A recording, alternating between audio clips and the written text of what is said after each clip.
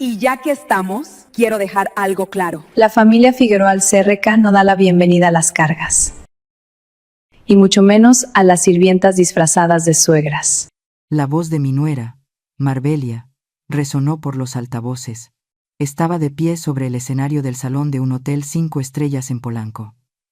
Su dedo, perfectamente arreglado, me señaló directamente, sin la menor vacilación. Pero lo que más me dolió no fue esa humillación, sino el momento en que mi propio hijo comenzó a aplaudir. Entre los murmullos llenos de morbo y las miradas de satisfacción, no hubo una sola persona de mi lado. Creyeron que bajaría la cabeza, que guardaría silencio, como siempre antes. Y una sola frase que pronuncié fue suficiente para dejar toda la boda en absoluto silencio. No apartes la mirada, porque desde ese momento, todos los secretos comenzaron a salir a la luz, y la caída de ellos empezó oficialmente. ¿Crees que la dignidad puede ser pisoteada, pero nunca enterrada? No te vayas. La verdad que está por venir te hará imposible ver a la familia de la misma manera. Cuéntame las historias de tu familia.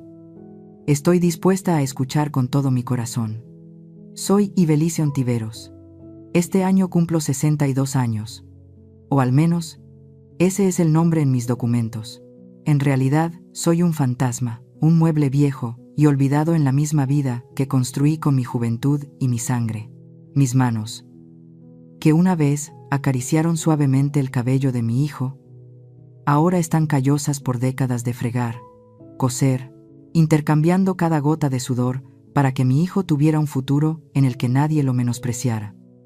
Pensé que el sacrificio era el lenguaje más noble del amor de una madre. Estaba equivocada. El sacrificio solo me convirtió en un peldaño invisible, para que mi hijo subiera y luego olvidara que ese peldaño alguna vez existió. 10 minutos antes de que esa daga fuera lanzada, yo estaba en el vestíbulo del salón. La vieja bolsa de tela con asas gastadas en mi mano se sentía fuera de lugar en medio de un mar de bolsos de mano Chanel y Dior que brillaban como estrellas lejanas. El olor a perfume Jadore y tequila de primera calidad se mezclaba en un aire denso, lujoso y sofocante, que a mí, una mujer acostumbrada toda su vida al olor del café de olla y el jabón de lavar, me provocaba náuseas. Justo en la entrada de la zona VIP, un guardia de seguridad alto llamado Roque me bloqueó el paso con un brazo duro como el acero.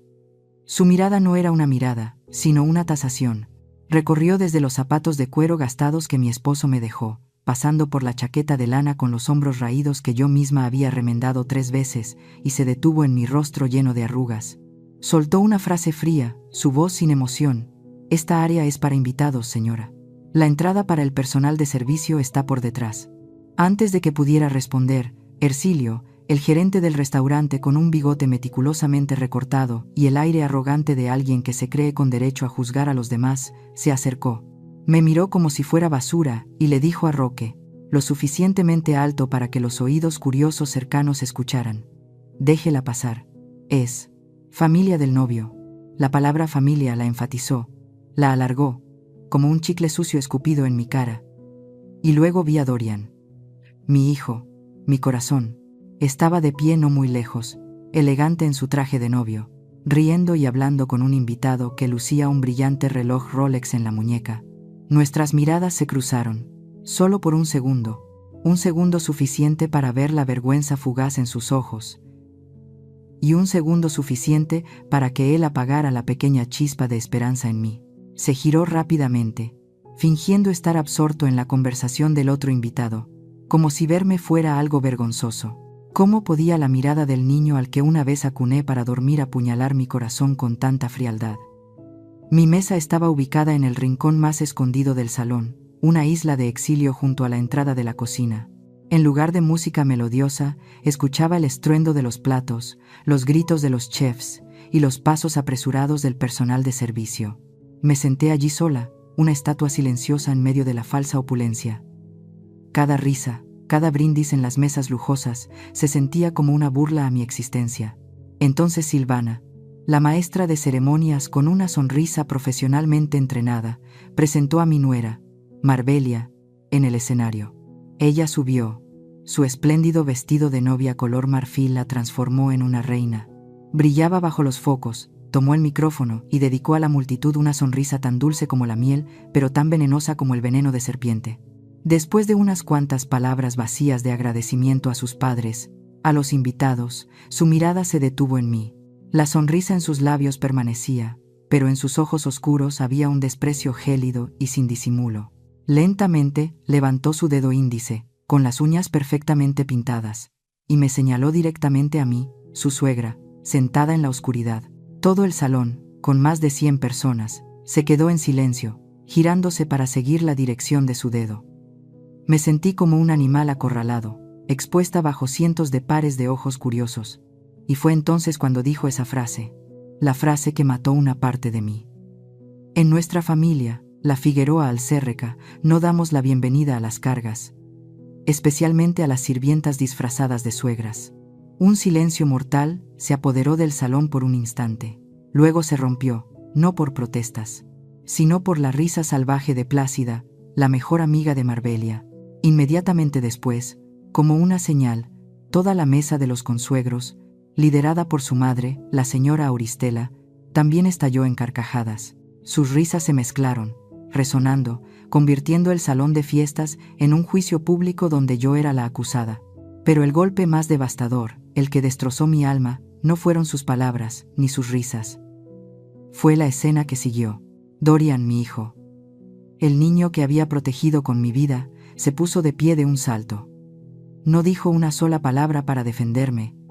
Simplemente levantó su copa de champán y aplaudió. Un aplauso. 2 aplausos. Su aplauso fue firme, aprobatorio. Miró a su esposa con orgullo, como si Marbelia acabara de realizar un acto de valentía extraordinario. Esa mirada fue un mensaje cruel. Mamá, no me avergüences más. Este es tu lugar. Me quedé paralizada. La servilleta de lino en mi mano había sido arrugada hasta convertirse en una bola. No lloré. No grité. Solo sentí un vacío helado. Algo dentro de mí acababa de romperse, convertido en cenizas, y el viento del aire acondicionado se lo llevó. En medio de los susurros y las sonrisas burlonas de la multitud, mi mirada se dirigió al micrófono de repuesto que estaba en la mesa del presentador, muy cerca. Pensaron que me quedaría callada. Pensaron que aceptaría. No sabían que el silencio de una madre acorralada es más aterrador que 1000 maldiciones. Mi mano callosa, que temblaba, se cerró lentamente en un puño.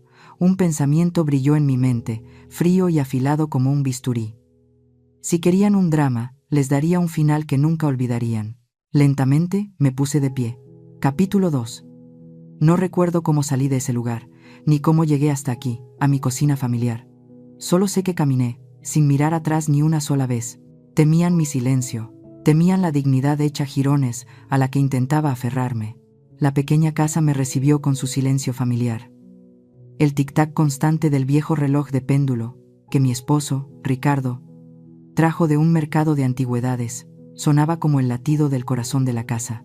El olor a roble viejo, a jabón de lavanda y a café recién molido flotaba en el aire. Era el olor del hogar, el olor de la paz que había perdido entre sus risas burlonas. Entré en la cocina, con los pies pesados como si arrastrara piedras. No encendí la luz. La pálida luz de la luna, que se filtraba desde el patio, a través de la ventana, era suficiente para ver mi reflejo en el cristal oscuro. Me detuve en seco. ¿Quién era esa mujer en el cristal? Un rostro demacrado con arrugas tan profundas como grietas en un desierto seco. El cabello plateado como la escarcha, recogido apresuradamente en un moño. Hombros delgados, encorvados bajo el peso de un dolor invisible. Se veía tan extraña, tan cansada y vieja. Pero entonces miré profundamente a sus ojos, y allí, en medio de la desolación de la decepción, vi una luz que nunca se había extinguido, la luz de la dignidad. Inalusteria concurno, la luz de la dignidad, la luz de una esposa, una madre, una viuda que había luchado toda su vida y nunca se había rendido. Me di la vuelta y me dirigí al sillón desgastado en la esquina de la habitación. La tapicería estaba descolorida, hundida en una marca familiar.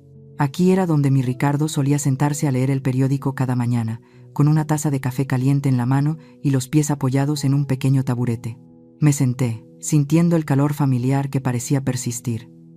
Saqué de mi bolso de tela el único recuerdo que llevaba conmigo. Una vieja fotografía, con el cristal ligeramente empañado. En la foto, Ricardo sonreía, una sonrisa amable que iluminaba todo su rostro curtido. Me rodeaba con su brazo a una Ibelice de hace 30 años, con el cabello todavía negro y los ojos brillantes, con una felicidad que había olvidado hacía mucho tiempo. ¿Ves, Ricardo?, le susurré a la foto, con la voz ronca. Mi respiración era pesada. Mi pecho dolía como si alguien lo estuviera apretando con una mano de hierro. El hijo que una vez llevaste sobre tus hombros, ahora deja que otros pisoteen a su madre. Allá arriba, ¿estás llorando por mi estupidez? Mi mano temblorosa acarició su rostro en la foto, y los recuerdos llegaron como una inundación imparable. Me vi a mí misma años atrás, después de que él dejara este mundo repentinamente. Yo, una joven viuda, sola con un hijo pequeño. Tenía 2, incluso 3 trabajos a la vez. Durante el día, aceptaba trabajos de costura para talleres de moda en el centro. El zumbido de la máquina de coser era la única música en la noche, mezclada con el silbido del viento a través de las grietas de la casa sin terminar. Mis manos estaban hinchadas, sangrando por las agujas que se clavaban apresuradamente en la noche, solo para ganar dinero para la leche y la escuela de Dorian. Cuando caía la noche, me ponía un abrigo viejo y me iba a limpiar las oficinas de abogados adinerados en Polanco. Limpiaba esos relucientes escritorios de caoba, donde hombres poderosos se sentaban durante el día, y me preguntaba si alguno de ellos sabía que una mujer intercambiaba su sueño para que su hijo algún día pudiera sentarse en una silla como esa. Recuerdo una semana, llovía a cántaros, y Dorian tenía fiebre alta. Vendí la única cadena de oro que Ricardo me había regalado, su último recuerdo, para comprarle medicinas. Esa noche, comí tortillas secas con sal, mientras las lágrimas caían silenciosamente, mezclándose con el sabor salado en mis labios. Todo para que mi hijo tuviera un plato de sopa de pollo caliente. Hice todo eso en silencio, sin quejarme ni una vez, porque pensaba que el sacrificio de una madre era algo natural. Me levanté y volví a guardar la foto en el bolso. Entré en la antigua habitación de Dorian, que había mantenido intacta como un santuario. Los libros de texto todavía estaban ordenados en el estante. El trofeo de fútbol de bronce que ganó en 10º grado todavía brillaba porque lo limpiaba cada semana. Este lugar solía ser mi mundo entero. Pero ahora que Dorian tenía otro mundo, un mundo más lujoso y espléndido, me di cuenta de que me había convertido en un fantasma en la propia casa que había construido con mi juventud. Los muebles caros que Marbelia había comprado, el frío sofá de cuero, la resbaladiza alfombra de piel sintética, me hacían sentir extraña, fuera de lugar. No me pertenecían, y quizás yo tampoco pertenecía ya a este lugar. Me senté en el borde de su cama, donde una vez le conté tantos cuentos de hadas. Una lágrima caliente, la única y última, rodó por mi mejilla. El tiempo es cruel. No solo te quita la juventud, también puede convertir al niño que más amas en tu juez más severo. Visto ropa vieja, no porque sea pobre, sino porque el único hombre para quien quería lucir hermosa ya no está. Pasé mi vida empujando a mi hijo hacia arriba, para que nadie lo menospreciara. Simplemente no esperaba que, al estar en la cima, la primera persona a la que miraría con desprecio sería yo. Levanté la mano y sequé la lágrima. El dolor se había transformado en una calma escalofriante. Podían insultarme, mi hijo podía traicionarme, podían quitarme mi asiento en la mesa del banquete, pero había algo que nunca podrían tocar. La dignidad no es algo que otros te dan. La dignidad es algo que debes proteger tú misma. Es la última fortaleza cuando todo lo demás se ha derrumbado. Me levanté, salí de esa habitación llena de recuerdos y cerré la puerta, suavemente pero con firmeza, como si cerrara un capítulo de mi vida. Regresé a la sala de estar y saqué de nuevo la foto de Ricardo. Esta vez, no lloré. Lo miré directamente a los ojos, esos ojos que siempre brillaron con fe y respeto por mí. Coloqué con cuidado la foto en el cajón del viejo armario de madera y lo cerré con llave. Ese acto no fue para esconderla, sino para protegerla. Proteger el último recuerdo puro de la corrupción del presente. Miré por la ventana, donde nubes oscuras comenzaban a acumularse, ocultando la luna. Era la mirada de una guerrera que acababa de darse cuenta de que su batalla apenas comenzaba. Capítulo 3. La oscuridad en la antigua habitación de Dorian era densa como el terciopelo, tragándose todos los sonidos, dejando solo el ritmo constante de mi propia respiración. No me senté en la cama, ni toqué los libros. Simplemente me quedé allí, en medio de la habitación, y levanté mis manos bajo el delgado rayo de luna que se colaba por la rendija de la ventana. Ya no eran las manos de una joven. Eran el mapa de una vida. Los callos en mis palmas, vestigios de miles de puntadas de aguja y largas noches fregando suelos, se habían desvanecido con los años, pero todavía podía sentir su dolor sordo cada vez que cambiaba el tiempo. No eran las manos de una patrona, servida por otros. Eran las manos de una trabajadora, de una guerrera, y mientras las miraba, el aterrador silencio del presente se hizo añicos, dando paso a los ruidosos sonidos del pasado que regresaban como una inundación. El zumbido de la vieja máquina de coser Singer sonaba como el canto de las cigarras en la noche. Era la única sinfonía en nuestra pequeña casa en Iztapalapa, una casa cuyas paredes, aún sin revocar, dejaban al descubierto los ladrillos rojos como heridas abiertas. El olor a aceite de máquina quemado se mezclaba con el de tela nueva y el de la leche en polvo de Dorian, que dormía profundamente en su cuna. Yo trabajaba diligentemente, con la espalda encorvada, los ojos fijos en la aguja. Cada puntada, cada hilo, no era solo trabajo, eran gotas de leche, pañales, la tenue esperanza de un futuro en el que mi hijo no tendría que vivir en la necesidad. Cada gota de mi sudor que caía, empapando las telas baratas, era un ladrillo con el que intentaba construir su futuro. Cuando el trabajo en el taller de costura escaseaba, aceptaba limpiar oficinas por la noche en Polanco. Todavía recuerdo la sensación de soledad absoluta en esos rascacielos silenciosos, con solo el sonido de la aspiradora y mis propios pasos resonando en el frío suelo de mármol. El frío penetrante de las noches de invierno en la Ciudad de México parecía congelar mi alma. El fuerte olor a jabón y productos químicos de limpieza me agrietaba las manos, dejándolas rojas y partidas. Limpiaba los relucientes escritorios de caoba, donde hombres poderosos con trajes de Armani se sentaban durante el día, y me preguntaba si alguno de ellos sabía que una mujer invisible estaba sacrificando su sueño y su salud para que su hijo algún día pudiera sentarse en una silla como esa. Ricardo, mi esposo, todavía vivía entonces. Era un abogado talentoso pero humilde, un hombre con un corazón tan cálido como el sol. A menudo me esperaba despierto, sin importar que fuera más de medianoche. No decía nada, solo tomaba mis manos hinchadas, las sumergía en un recipiente con agua tibia y sal, y luego me las masajeaba suavemente con aceite. Una noche, agotada, apoyé mi cabeza en su hombro. Él me miró profundamente a los ojos y dijo: «Ibelice, sé que trabajas duro, pero mira qué sano está creciendo nuestro pequeño Dorian». Sonrió, esa sonrisa amable que podía disipar todo cansancio. «Te lo prometo. Mi hijo no tendrá que limpiar el escritorio de nadie. Él será quien se siente detrás de ese escritorio, usando su inteligencia para defender la justicia, como su padre». Creí en esa promesa.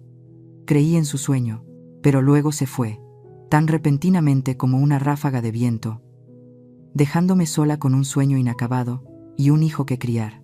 Antes de morir, me apretó la mano con fuerza, su voz un susurro: «Ibelice, recuerda, el mayor patrimonio que le dejamos a nuestro hijo no es el dinero, es la dignidad.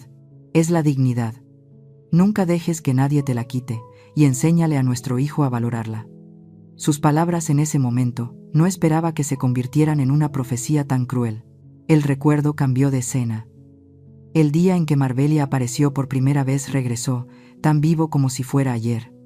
Dorian, ahora un joven apuesto, la trajo con orgullo a nuestra pequeña casa para presentarla.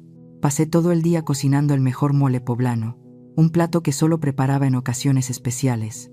Marbelia, vestida con un traje de diseñador, se sentó en nuestra sencilla silla de madera con una cautela no disimulada. Miró alrededor de la casa, desde el mantel que yo misma había bordado, hasta la foto de boda descolorida de mi esposo y yo, y luego soltó una frase, con una voz dulce como el azúcar, pero con palabras afiladas como cuchillos: «Su casa es muy acogedora. Me encanta esta simplicidad». Hizo una pausa y se giró hacia Dorian. «Pero Dorian, con tu talento y ambición, mereces un espacio más grande. un lugar que te ayude a llegar más lejos. Un lugar acorde a tu estatus. Desde ese momento, lo supe. Supe que ella no veía a la persona que era Dorian. Veía el potencial que podía moldear en él, una herramienta, un pasaporte al mundo de la alta sociedad. Vio a mi hijo como un proyecto de inversión, y a mí, solo como una parte de una herencia anticuada que necesitaba ser liquidada. Cerré los ojos, ahuyentando los recuerdos que atormentaban mi alma. Regresé al presente, a la oscuridad y el silencio de la habitación de Dorian. Miré mis manos de nuevo. Las cicatrices desvanecidas ahora parecían doler. No me arrepiento de haberle dado alas con mi sangre y mis lágrimas, le dije en un monólogo a la mujer en el espejo que había visto antes. Solo me duele que usara esas alas para volar directamente hacia la tormenta de la traición, dejando a su madre abandonada en el suelo. Sacrifiqué toda mi vida, recé a la Virgen de Guadalupe innumerables veces, solo para que mi hijo pudiera mantenerse erguido en esta sociedad. Pero resultó que, cuanto más alto estaba, más bajo me veía. Olvidó que fueron estas manos, a las que llamaron de sirvienta, las que lo sostuvieron desde sus primeros pasos. Estas callosidades no son un signo de bajeza, son medallas de amor, un testimonio de una dignidad que el dinero no puede comprar. Son el legado de Ricardo, el juramento de una viuda. Respiré hondo.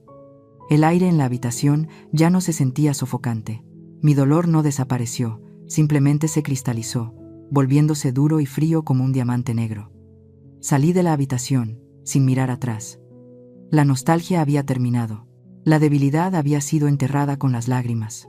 De pie en la sala de estar, mi mirada ya no era la de la resignación de una víctima.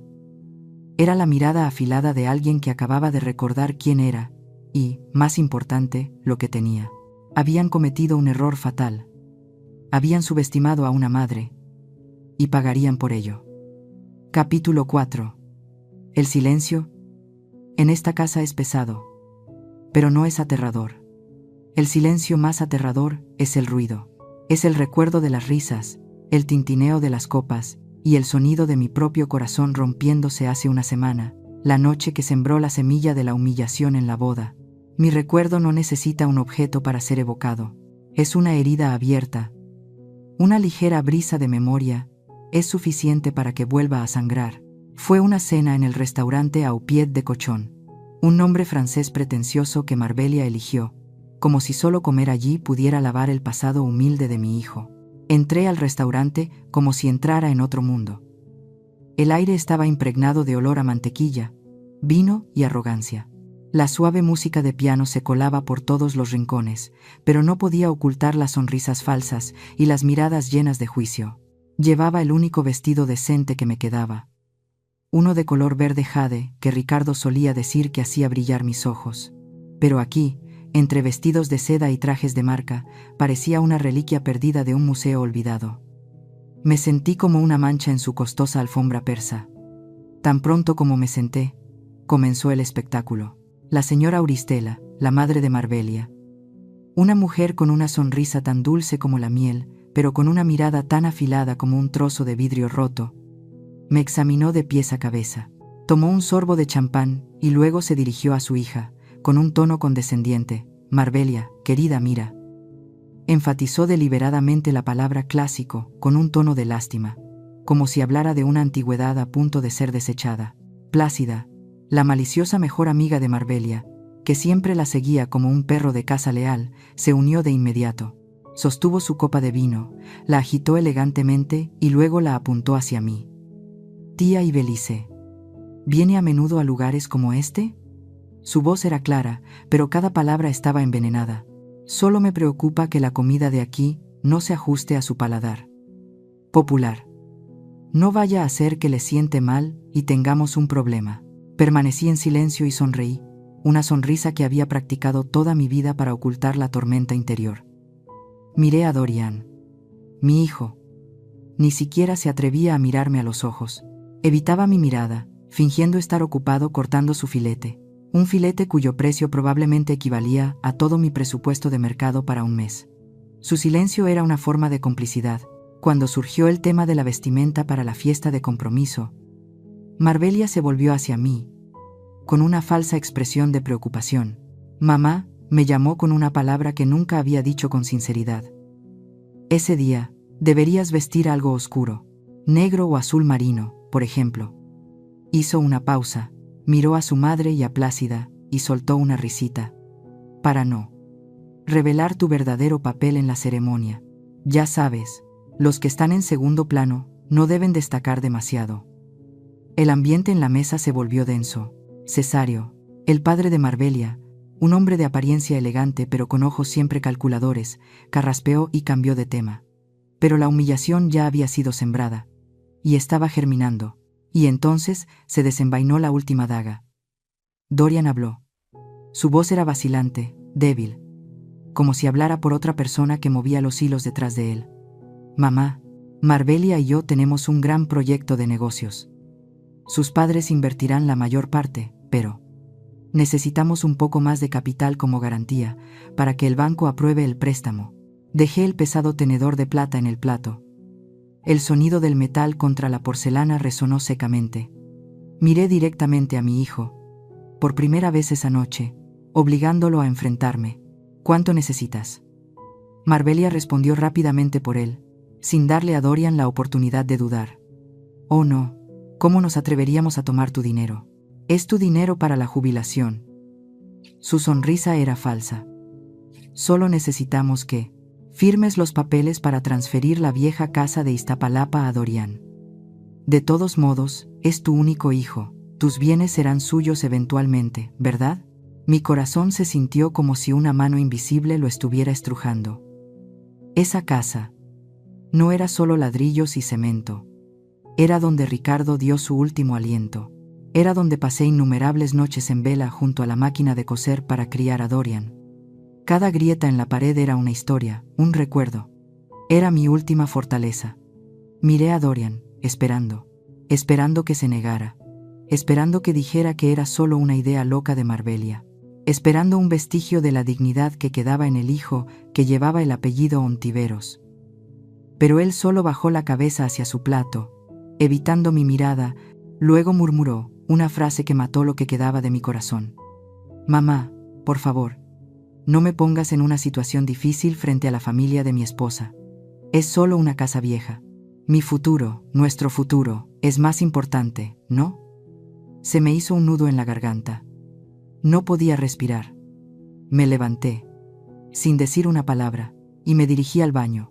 En el camino, pasé por un rincón apartado donde Marbelia y su madre susurraban. Miquel, el tímido sobrino de Dorian que habían traído para completar el grupo, estaba sentado cerca, absorto en un juego en su teléfono. Iba a pasar de largo, pero la voz de Auristela me detuvo. Simplemente dale los papeles. Es una viejita senil. ¿Qué va a saber leer? Solo muéstrale dónde firmar, y lo hará. Los viejos de pueblo son fáciles de engañar. Marbelia soltó una risa burlona, una risa fría y llena de desprecio. No te preocupes, mamá. Es presa fácil. Dorian ya es completamente mío. Hará cualquier cosa que yo quiera. Me quedé paralizada detrás del muro de mármol, apretando mi bolso de tela con tanta fuerza que mis nudillos se pusieron blancos. Hoy, no solo querían quitarme mi casa, querían borrar mi existencia. Querían convertirme en una tonta, en una marioneta en su obra. Retrocedí en silencio, sin que me detectaran. Al darme la vuelta, el joven Miquel me miró. En sus ojos inocentes, vi compasión y un poco de miedo. No sabía que, mientras fingía jugar, el teléfono del niño había estado grabando audio accidentalmente. Regresé a la mesa y me senté. Nadie dijo nada. Pensaron que mi silencio era rendición. Dorian suspiró aliviado, probablemente pensando que había logrado convencerme. Pero estaban equivocados. Mi silencio ya no era sumisión. Se había convertido en un arma. Esa noche, cuando salí de ese restaurante ostentoso pero podrido, me di cuenta de todo. Mi corazón ya no dolía. Estaba muerto. Y de sus cenizas, algo más había nacido, más frío, más duro y mucho más peligroso. Capítulo 5. Un aplauso. 2 aplausos. El sonido de las manos de Dorian resonó, fuerte y aprobatorio. Ese sonido no se parecía a nada que hubiera escuchado antes. No era una ovación. Era una ovación. No era una ovación. No era una ovación. Era el martillo del verdugo, clavando el último clavo en el ataúd que enterraba nuestro amor de madre e hijo. En ese mismo instante, todos los demás sonidos en la sala parecieron enmudecer. La risa satisfecha de la señora Auristela, los susurros de la multitud, el sonido de una copa rompiéndose en la barra, todo se hundió en un espacio denso y sin sentido. Mi mundo se encogió, quedando solo una única imagen. Una película en cámara lenta e inquietante. Mi hijo, el niño al que una vez protegí de la lluvia y el viento con mi propio cuerpo, estaba allí, sonriendo con aire de suficiencia a la mujer que acababa de insultar a su madre. Su sonrisa, radiante y cruel, fue la última puñalada. Mi corazón, en ese momento, se detuvo. No se hizo añicos, porque eso aún podría haberse reparado. No. Se convirtió en cenizas, y el viento helado de la traición lo esparció en la nada. Marbelia me miró. La sonrisa en sus labios se hizo aún más triunfante al ver la aprobación absoluta de su marido. Había ganado. Había demostrado su poder. Se acercó al micrófono, su tono como el de una reina concediendo un favor a su estúpido pueblo. «Oh, vamos. No se pongan tan tensos. Solo estaba bromeando un poco para animar el ambiente». Me lanzó una mirada llena de falsa compasión. De todos modos, los roles en la casa deben reajustarse correctamente, ¿no? Todo debe tener su orden. Sus palabras, ligeras como una pluma, tenían el peso de una roca aplastando mi alma. No solo me insultaba, estaba estableciendo una nueva ley, un orden en el que yo era solo una paria en el escalón más bajo, una sombra sin nombre. Dorian bajó las manos. Me miró. Esa mirada, Dios mío. Esa mirada me perseguirá por el resto de mi vida. No era una mirada de arrepentimiento, ni siquiera por un instante. Tampoco era cobardía, era una mirada fría, decisiva. Una orden silenciosa para que me callara y aceptara mi lugar. Por un segundo, ya no era mi hijo, ya no era el niño que había criado con sangre y lágrimas. En ese momento, lo miré, no como a mi hijo, sino como a un extraño que llevaba la sangre de mi esposo, un cómplice, un traidor al juramento ante Dios y al honor de la familia Ontiveros. No lloré, ni una sola lágrima cayó. Las lágrimas son para la tristeza, y lo que sentía en ese momento iba mucho más allá de la tristeza. Era una desesperación absoluta, un vacío infinito. Mi respiración, que había sido entrecortada y difícil, ahora se volvió regular y lenta de una manera aterradora. Como el mar antes de un huracán, todas las olas se habían calmado, acumulando energía para un tsunami destructivo. Mis ojos, que siempre habían mirado hacia abajo por complejo y resignación, ahora se levantaron. Miré directamente a Dorian. Vacíos, fríos, sin amor, sin dolor, sin nada. Escuché una voz resonar en mi cabeza, clara y decisiva como una sentencia de muerte. Fue un breve epitafio, una condena. Mi hijo. Murió en su mirada desde ese instante. No dije nada. Mi silencio parecía más aterrador que cualquier maldición. Me levanté en silencio. La silla de madera crujió secamente. El único sonido que provino de mi lado. Todas las miradas se centraron en mí. Esperando un drama. Esperaban que llorara, que me desmayara, que hiciera algo acorde con el papel de suegra de pueblo, patética que me habían impuesto. Pero simplemente me quedé allí, espalda recta, barbilla en alto. Me di la vuelta y empecé a caminar. Sin prisa, sin huir. Cada paso era firme sobre el frío suelo de mármol. No me dirigí a la salida, pasé por delante del escenario, por donde mi hijo y mi nuera estaban de pie como estatuas victoriosas. Al pasar junto a Dorian, no lo miré, solo susurré, lo suficientemente cerca para que solo él y su esposa lo oyeran. Una frase sin ira, solo la cruda verdad. Disfrútalo, porque a partir de hoy eres huérfano. Vi cómo se quedaba paralizado. Vi cómo la sonrisa de Marbelia se congelaba en sus labios. Continué caminando. La multitud se apartó, silenciosa como fantasmas. Me miraron, ya no con burla, sino con asombro, y quizás un poco de miedo. No entendían que la mujer que acababa de pasar ya no era la Ibelice que conocían. La madre anciana, débil, resignada y que amaba incondicionalmente a su hijo, había muerto en el instante en que sonó ese aplauso. Había sido asesinada por su propio hijo.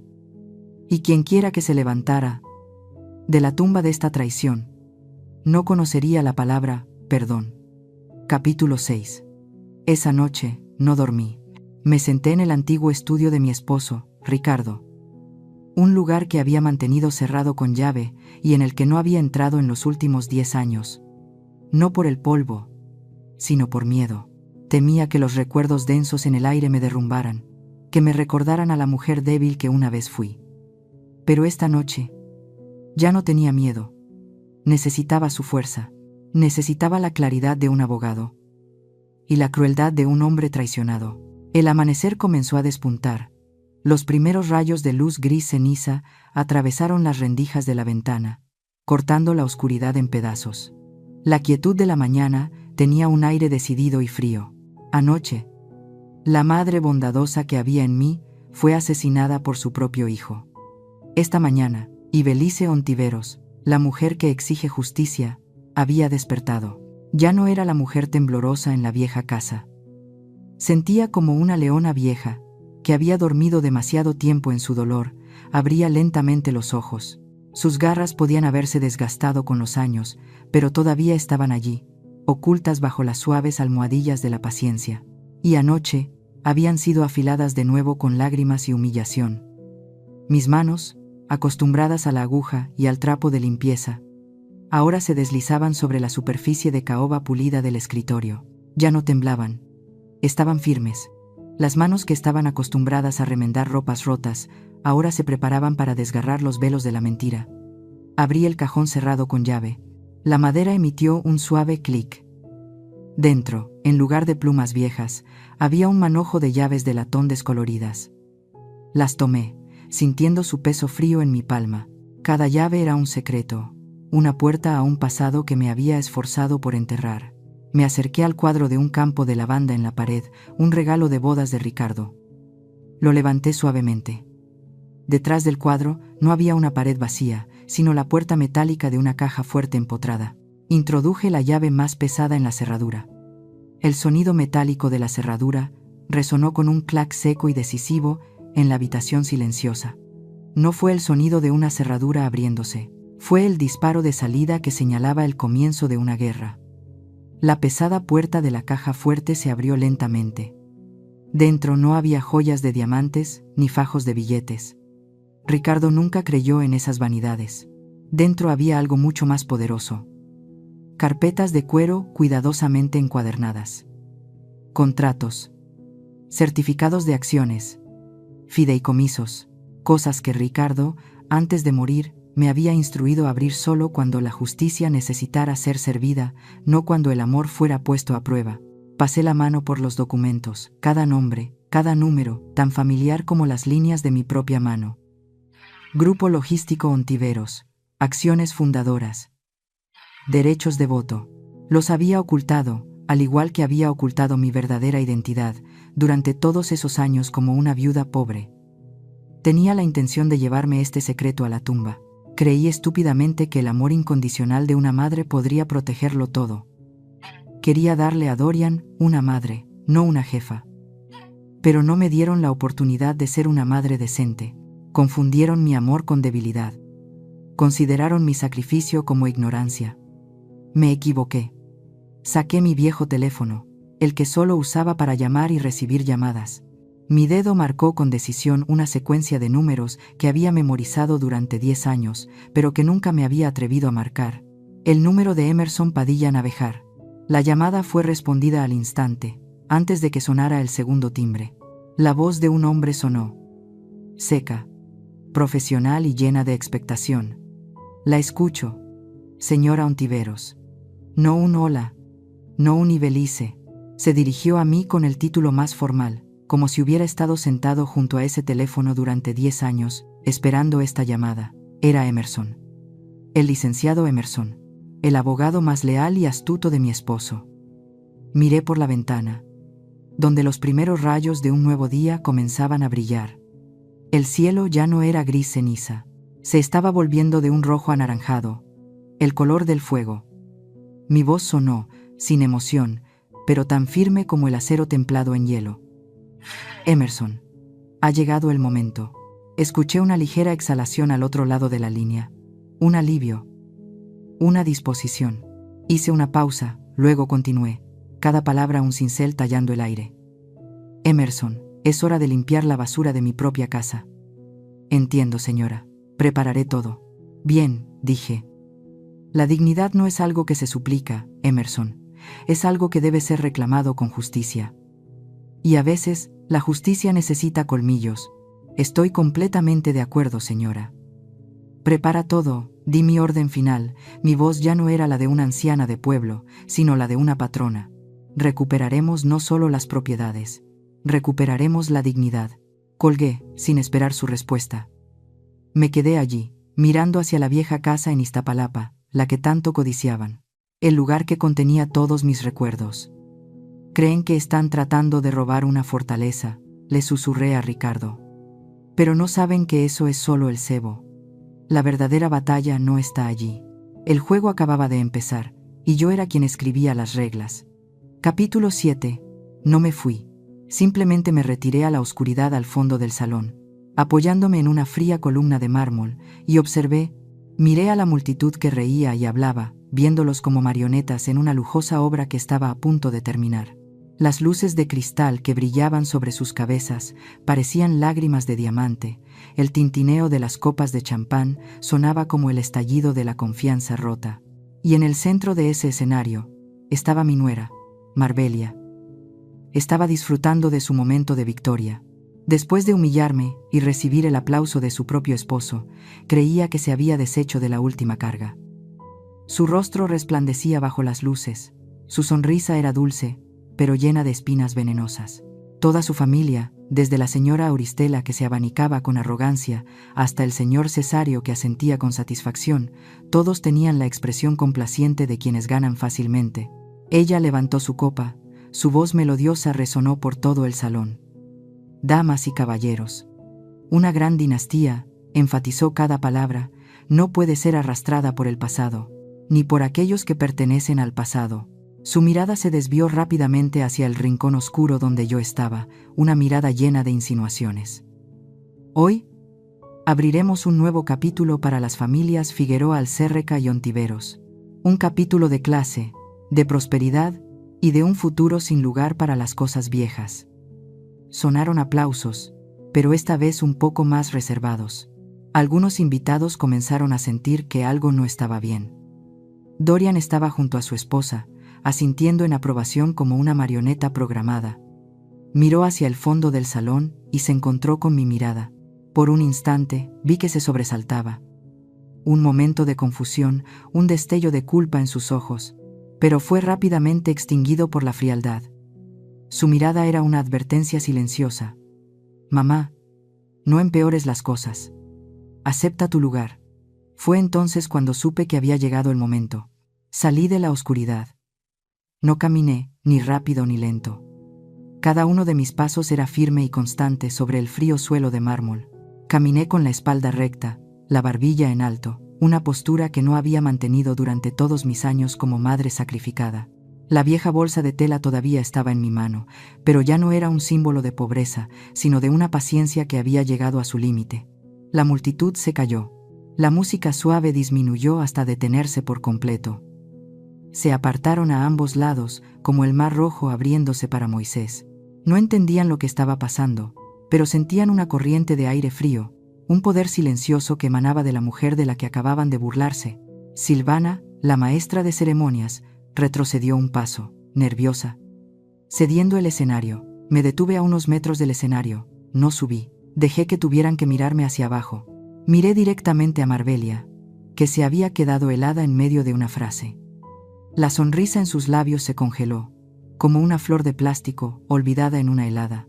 Intentó recuperar la compostura. La sonrisa volvió a sus labios, pero esta vez un poco forzada. «Oh, miren quién está aquí», dijo al micrófono, tratando de sonar humorística. «Mi querida suegra.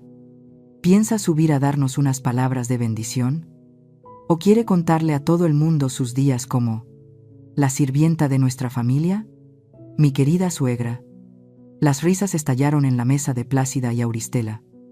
Pensaron que este era el golpe final, la humillación definitiva. Pero no me inmuté. Simplemente la miré, con una mirada penetrante que atravesó el costoso vestido de novia, la perfecta capa de maquillaje, para ver directamente la inseguridad y la codicia que bullían en su interior. No grité. Mi voz era sorprendentemente tranquila, pero gracias al silencio absoluto del salón, fue lo suficientemente alta para que todos la escucharan. Mi primera pregunta fue para Marbelia. Marbelia. Acabas de hablar de un nuevo capítulo para la familia Ontiveros. Pero ¿sabes sobre qué cimientos se construyó ese nombre, el honor de la familia a la que intentas unirte? Ella titubeó. No esperaba una pregunta así. Balbuceó. Por supuesto. El éxito. La riqueza. Te equivocas. La interrumpí. Mi voz todavía firme. Se construyó sobre la verdad y la justicia. Así que, antes de que escribas el nuevo capítulo, asegúrate de no empezar con una mentira. Luego me volví hacia Dorian. Mi corazón ya no dolía. Solo quedaba un vacío helado. Miré directamente a sus ojos que intentaban evitar los míos. Mi segunda pregunta fue como un cuchillo que se clavaba profundamente en su conciencia, en su memoria. ¿Y tú, Dorian? Mi hijo, lo llamé por el nombre cariñoso que ya no sentía. ¿Aún recuerdas el nombre del padre que te dio ese apellido? ¿Aún recuerdas lo que te enseñó sobre la dignidad? Dorian palideció. Dio un paso atrás. Marbelia comenzó a sentir que algo andaba realmente mal. Le tomó el brazo a Dorian, como buscando consuelo. La tensión en el salón era palpable. Todos contuvieron la respiración. Esperaban una respuesta, esperaban que algo sucediera. Sigan riendo, pensé para mis adentros, mientras miraba los rostros desconcertados de la familia Figueroa Alcérreca. Porque esa sonrisa es lo único que les quedará después de esta noche. Y en ese preciso momento, como si estuviera orquestado por la mano del destino, sonó un ruido solemne. Las grandes puertas de roble del salón se abrieron de golpe. Todas las miradas se volvieron en esa dirección. Un hombre con un traje impecablemente cortado, rostro inexpresivo, y un maletín de cuero negro en la mano, entró. Era Emerson. No miró a nadie. Caminó directamente hacia mí. Es hora de quitarles las máscaras. Capítulo 8. Mis dos preguntas quedaron suspendidas en el aire, ahogando todo sonido. Dorian palideció. Marbelia comenzó a sentir que algo andaba mal. La suficiencia en su rostro fue reemplazada gradualmente por un fino hilo de miedo. Era hora de terminar esta obra. Justo en ese momento, las grandes puertas de roble del salón se abrieron de golpe. Emerson Padilla Navejar entró. Llevaba un traje impecablemente cortado, un rostro inexpresivo y un maletín de cuero negro en la mano. Su presencia emanaba un poder silencioso que hizo que todos contuvieran la respiración. No miró a nadie. Su mirada afilada como una navaja se dirigió directamente hacia mí. Emerson se paró frente a mí, y para asombro de todos los invitados, se inclinó respetuosamente. «Señora Ontiveros», dijo, su voz profunda y clara, «todo está listo». Luego se dio la vuelta, enfrentándose al escenario, enfrentándose a aquellos que estaban paralizados por la confusión. Emerson hizo una seña al equipo técnico. La pantalla LED gigante detrás de Marbelia y Dorian, que había estado mostrando sus cursis fotos románticas, se apagó de repente. Luego se iluminó, mostrando solo un fondo negro, y una grabación de audio sonó nítidamente a través del avanzado sistema de sonido del Hotel de 5 estrellas. La voz aduladora de Auristela: «Simplemente dale los papeles. Es una viejita senil, ¿qué va a saber leer?». Y luego la risa fría y burlona de Marbelia: «No te preocupes, mamá. Es presa fácil. Dorian ya es completamente mío». Un «oh» de asombro se levantó de la multitud. Los susurros comenzaron a surgir como un enjambre de abejas. La familia Figueroa Alcérreca se quedó helada, sus rostros tan blancos como estatuas de cera. El señor Cesario se quedó boquiabierto. La señora Auristela casi deja caer su abanico de plumas. Marbelia miraba fijamente la pantalla, sin poder creer lo que oía. El segundo golpe, más frío y decisivo. Emerson abrió su maletín de cuero. El sonido de los cerrojos metálicos, al abrirse, resonó nítidamente en el silencio. Sacó una gruesa carpeta y declaró con la voz firme de un abogado, cada palabra un martillazo contra su arrogancia: según el testamento del difunto abogado Ricardo Ontiveros Salazar y los documentos legales debidamente notariados y en vigor. Emerson hizo una pausa, mirando directamente al señor Cesario. Declaro por la presente. Doña Ibelice Ontiveros Larrauri es la propietaria legal y única del 20%. 20% de las acciones fundadoras del Grupo Logístico Ontiveros, junto con todos los derechos de voto correspondientes. Emerson hizo una pausa, permitiendo que esa información se asentara en la mente de cada persona en la sala. Luego continuó, su voz tan fría como el hielo. Cualquier acto de fraude, coacción o conspiración para apropiarse de los bienes de la señora Ibelice Ontiveros será perseguido con el máximo rigor de la ley penal. Crash. Crash. La copa de champán en la mano de Marbelia cayó al suelo, haciéndose añicos, al igual que el imperio de arena que se había esforzado por construir. Se tambaleó, su hermoso rostro ahora desfigurado por el pánico. Dorian retrocedió un paso, 2 pasos, mirándome como si viera a su madre por primera vez en su vida. En sus ojos, ya no era la vieja madre de pueblo, sino una gigante que acababa de despertar. Su rostro palideció al darse cuenta de que había vendido su alma y el amor de su madre por algo que nunca podría alcanzar. Y entonces, lancé el golpe de gracia. Subí al escenario. Silvana, la maestra de ceremonias, retrocedió temblando, abriéndome paso. No miré a Dorian. No miré a la familia Figueroa Alcérreca. Tomé el micrófono de la mano de Silvana. Miré directamente a los ojos desorbitados de pánico de Marbelia. Mi nuera. Comencé, mi voz terriblemente tranquila. Hace apenas un momento me llamó la sirvienta. Hice una pausa, dejando que el silencio lo envolviera todo, dejando que cada uno de ellos recordara su propia risa. Pero hay una verdad que olvidó. Miré a Cesario, el padre de Marbelia, el hombre que estaba tan pálido como si estuviera a punto de sufrir un infarto. Mi voz era glacial, cada palabra una sentencia. Esta sirvienta es la misma persona que, hace 10 años, firmó el contrato que permitió que la pequeña empresa de construcción de su padre se convirtiera en socia del Grupo Ontiveros. El asombro se dibujó en su rostro, me volví hacia Marbelia, una sonrisa de superioridad apareció en mis labios. Ustedes no entraron en mi familia para elevar su estatus. Ustedes trabajan para mí. Marbelia se derrumbó. No. No puede ser. Mamá. Mamá. Lo siento. Comenzó a suplicar, su voz temblorosa, pero ya era demasiado tarde. No le presté atención. Miré a la multitud, a los rostros que una vez se habían burlado de mí. Pueden quitarme mi amabilidad, pero nunca tendrán la talla para tocar mi honor. La dignidad de un Ontiveros no está en venta. Dejé el micrófono. La obra había terminado. Y en este escenario solo quedaba un vencedor. El precio que pagarían apenas acababa de comenzar. Capítulo 9. Milla declaración fue como una sentencia de muerte suspendida sobre la cabeza del clan Figueroa Alcérreca. El silencio en la sala se rompió, reemplazado por susurros de asombro y desprecio. Los invitados, que momentos antes se reían, ahora retrocedían, creando un vacío alrededor de la familia política, como si portaran una enfermedad contagiosa llamada traición. Marbelia fue la primera en derrumbarse. Su máscara de reina se hizo añicos. Su rostro perfectamente maquillado ahora estaba manchado de lágrimas y pánico. Se tambaleó fuera del escenario, su caparazón de arrogancia roto, revelando a una persona mezquina y patética.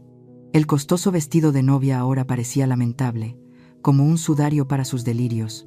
Se arrodilló ante mí, el vestido blanco impecable arrastrándose por el suelo sucio. Intentó agarrar el dobladillo de mi vestido, sollozando desconsoladamente, la súplica saliendo torpemente. Doña Ibelice. Mamá. Solo estábamos bromeando. Fue solo una broma, ¿entiendes? Yo realmente amo a Dorian. Por favor, perdona mi estupidez. No sabíamos nada. La miré, a la que se arrodillaba a mis pies. Mis ojos no tenían ni una pizca de piedad. Solo sentía asco por el afecto que una vez intenté cultivar por ella. Di un paso atrás, retirando fríamente el dobladillo de mi vestido de su mano desesperada. La ignorancia no es excusa para la crueldad. Marbelia, dije con voz tranquila, y no me llames mamá. No tengo ninguna nuera del linaje de las serpientes como tú. En ese momento, Dorian se abalanzó. Su rostro estaba pálido por el remordimiento tardío. Se había dado cuenta de todo. Se dio cuenta de que el imperio al que intentaba aferrarse era solo un castillo de arena, y acababa de cambiar el océano del amor de una madre por ese castillo. Mamá, lo siento. Me equivoqué. Mamá, lo siento. Extendió la mano, tratando de tocar mi brazo como un niño perdido que busca refugio. Sus ojos estaban llenos de lágrimas, un arrepentimiento que debería haber aparecido mucho antes. Lo miré directamente a los ojos.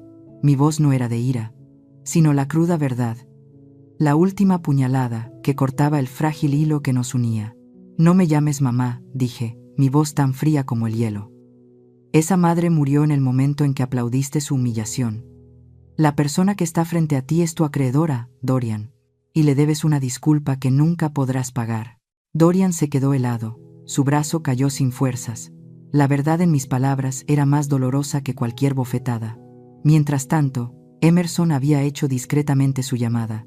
Asintió a doña Renilda Macoris Ibarra, la poderosa y leal amiga de mi esposo, que lo había presenciado todo desde una mesa apartada. Doña Renilda tomó su teléfono. Y solo unos minutos después, el teléfono en el bolsillo del señor Cesario vibró. Su rostro se volvió gris ceniza al leer el mensaje. Sus labios se movieron sin sonido. Su imperio, por el que había sacrificado su honor, acababa de derrumbarse con un solo mensaje de texto. Me volví hacia la familia política, que ahora parecían estatuas de piedra pálidas. Mi veredicto final fue pronunciado con calma, pero cada palabra llevaba el peso del castigo. Emerson. Lo llamé, sin mirarlo. Señora, respondió al instante. Informa a la seguridad del hotel. No quiero volver a ver a esta gente miserable en mi fiesta. Hice una pausa y luego continué. Y llama al banco. La cuenta de la empresa Alcerre Cabillajero debe ser congelada inmediatamente para investigar el fraude financiero y el intento de apropiación indebida de activos. Miré directamente al señor Cesario. La justicia puede tardar, señor Figueroa, pero siempre conoce la dirección exacta de los traidores. El veredicto estaba dictado. La ceremonia termina aquí, anuncié. Me di la vuelta y me fui, dejando atrás un caos absoluto. El grito histérico de Marbelia, el grito de la señora Auristela antes de desmayarse, el balbuceo del señor Cesario llamando a su abogado. Pero todos esos sonidos ya no pertenecían a mi mundo. Eran solo los restos de un imperio de arena que acababa de ser barrido por una ola. Escuché los pasos apresurados de los guardias, los susurros despectivos de la multitud.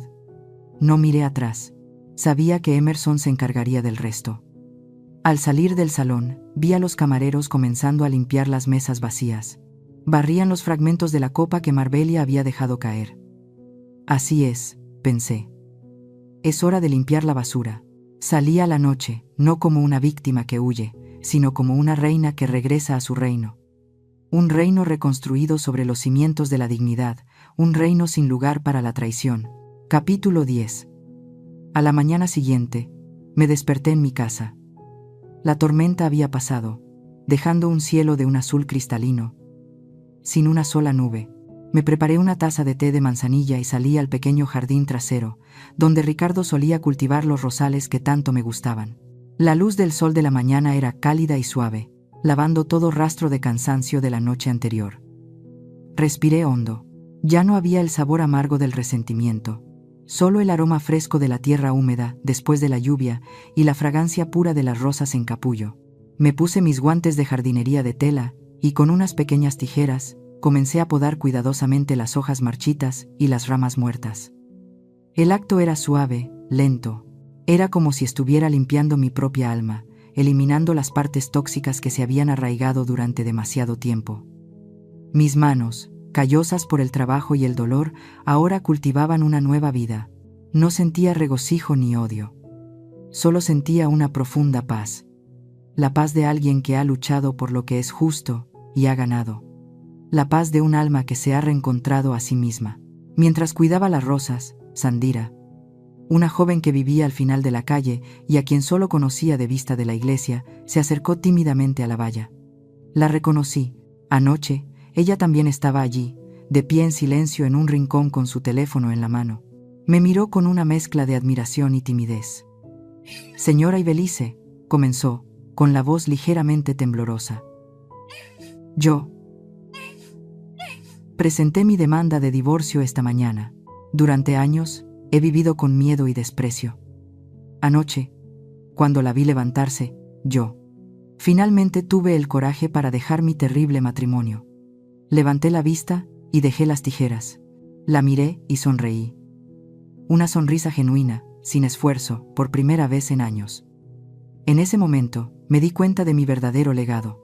No estaba en las cifras de las acciones ni en los archivos legales que Emerson guardaba.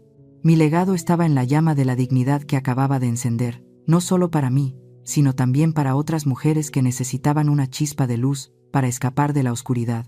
No solo reclamé justicia para mí. Sin darme cuenta, le di a otras la fuerza para encontrar la suya propia. Entré en la casa y me acerqué al retrato de Ricardo. No lloré. Simplemente coloqué una rosa roja recién cortada en el pequeño jarrón junto a la foto. Nuestras miradas se encontraron. Él en la foto parecía sonreírme, una sonrisa llena de orgullo. Ricardo, susurré. He mantenido nuestro hogar a salvo. He protegido la dignidad de la familia Ontiveros, como me pediste. Pero más importante aún, he aprendido a amarme y protegerme a mí misma. El amor de una madre es infinito. Pero no puede ser un amor ciego. Cuando se tiene que elegir entre un amor que te destruye y tu propia dignidad, una mujer mexicana fuerte siempre sabrá qué elegir. En cuanto a Dorian, he oído que ha intentado contactarme varias veces. Pero no respondo. No porque lo odie. El odio solo carga el alma. Simplemente, he seguido adelante. Si algún día realmente comprende su error, no por perder dinero, sino por haber perdido el amor de su madre, quizás lo escuche. Pero nuestra relación nunca podrá volver a ser como antes. Un espejo roto, por mucho que se pegue, siempre tendrá grietas. Siempre rezaré por él, como la mujer que le dio la vida. Pero la madre que él conocía ya no existe. Mi vida es como un cactus en el desierto. Espinoso, soportando la dureza del sol, el viento y las tormentas de arena. Pero al final, también floreció la flor más radiante. La dignidad no es algo que otros te dan. La dignidad es algo que debes ganar y proteger tú misma. Incluso, cuando el mundo entero te da la espalda. Había guardado silencio durante demasiado tiempo. Había dejado que el dolor y el sacrificio me volvieran invisible. Pero ese silencio no era debilidad. Era tiempo para observar, para acumular y para elegir el momento adecuado para alzar la voz de la justicia.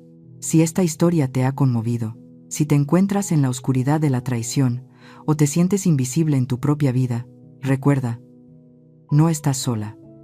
Dentro de cada mujer hay una leona dormida. No tengas miedo de despertarla. Dime, ¿alguna vez has tenido que elegir entre el silencio y alzar tu propia voz? Suscríbete al canal si crees que la dignidad es el bien más preciado de una persona. Porque aquí, juntas, contaremos las historias de mujeres valientes que se levantaron del mismo lugar donde cayeron y reconstruyeron sus propios imperios.